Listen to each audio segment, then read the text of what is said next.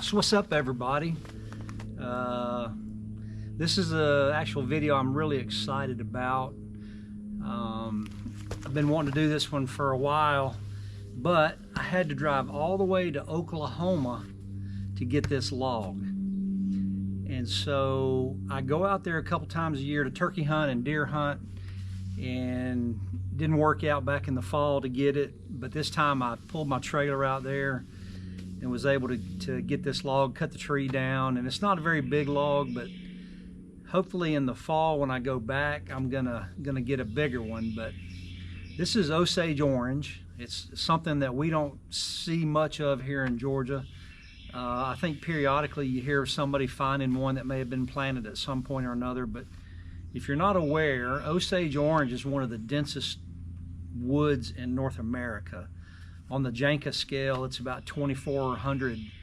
It rates up there. It's really hard, really dense, really heavy. And the cool thing about it is the inside of it is anywhere from mustard yellow to orange, just depending on the tree. So this particular one is mustard orange. It looks really cool. We cut it down and it's spitting out orange chips and dust, and or yellow, I'm sorry, mustard yellow. Don't know what we're going to do with it. I'm going to cut it up into 1.5 boards, leave the live edge on there, and just let it dry, because like I say, we don't know what we're going to do with it. I may sell some of the edges for people to use as bow staves. The Indians, Native Americans used these back in the day to make their bows. This wood dries extremely hard. If we stuck one of these pieces of wood in the ground today, 80 years from now, it'd be as hard as concrete and still be there. It'll outlive all of us. So I'm gonna throw this thing up on the mill and, like I say, cut some 1.5 slabs out of it and then stack it up and let it dry, try to figure out what we're gonna do with it. So let's go.